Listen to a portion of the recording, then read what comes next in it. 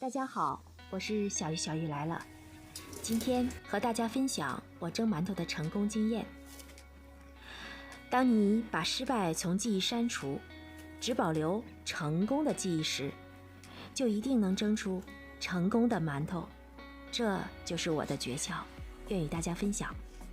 需要记住5个要点：一是配料的比例，2是发酵程度，3是揉面和排气，4是2次醒发，5是时间和火候。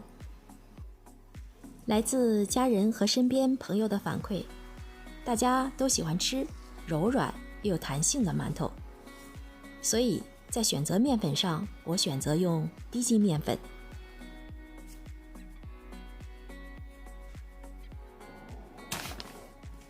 第一步是和面，配料和比例打在屏幕的上方，请大家参考。配方里面我加入了少量的色拉油，色拉油的存在可以使蒸出的馒头特别的湿润，而且即使馒头凉了之后，它的表皮也不会干，也不会硬，所以不要小瞧这一小点色拉油哦。事先用40到45度左右的温水将酵母和糖搅拌均匀，用搅拌均匀的酵母水来和面，就可以大大的缩短面团发酵的时间。尽量把面团揉得光滑一些，这样做可以大大缩短面筋形成的时间。接下来就是将面团密封进行发酵，这是第1次发酵。发酵的时间根据室内的温度，我们做适当的调节。发酵到面团的1.5倍大小就是发酵成功了。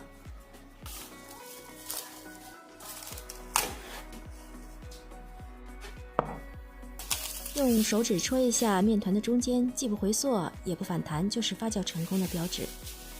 接下来的这一步是制作馒头最关键的一步，我们先切开面团，看一下揉之前面团的内部组织，气孔比较大，也不均匀。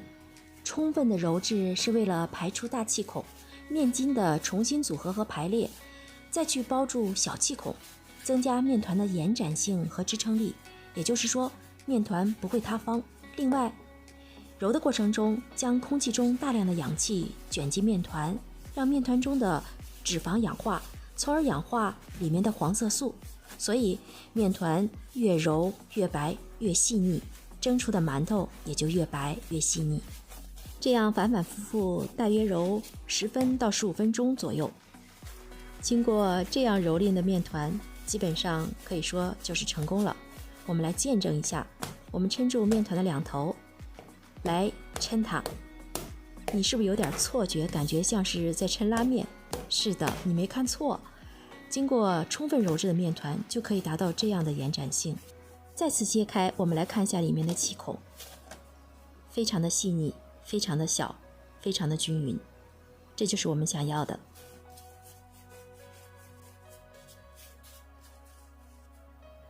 接下来就是切成适当的等分，然后团成适当的大小，进行2次发酵。做馒头的这个成型的过程是一个熟练的过程。最开始你可以选择自己适合的方法，将这个小面团团圆。你也可以参考我的揉法来将小面团揉光滑。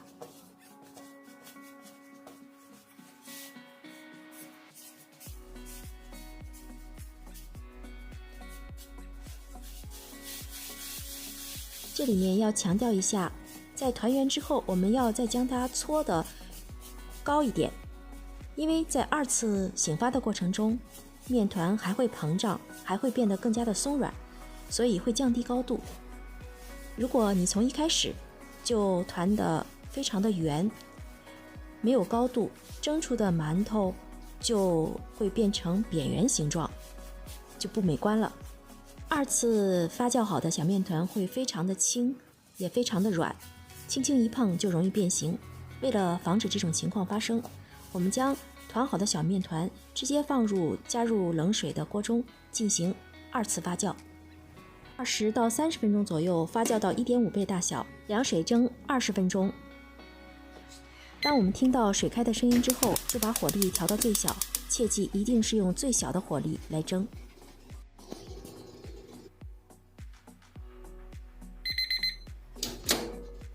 关火之后一定要再焖上3分钟，这样操作下来蒸出的馒头一定就是成功的。不信你来看，合理的配方，合理的操作，就一定能蒸出你想要的成功的馒头。经过我们万般蹂躏的馒头，你看它的内心变得多么的坚强，无论你怎么捏怎么压，它都可以回到最美的状态。还有一个小小的惊喜，成功的馒头它是可以撕下表皮的哟。它做到了有里有面儿，方法对了，配料对了，操作合理了，就一定能蒸出成功的馒头，还可以蒸出你想要的不同口味的馒头。最后我要感谢这口大蒸锅。20几年前，妈妈问我，你想要带什么去海外？我说，那你就给我买一口大蒸锅吧。虽然现在妈妈已经不在了，但这口锅还一直陪伴着我。好好吃饭，好好生活，愿你我的日子都蒸蒸日上。感谢您的收看，我是小鱼，小鱼来了。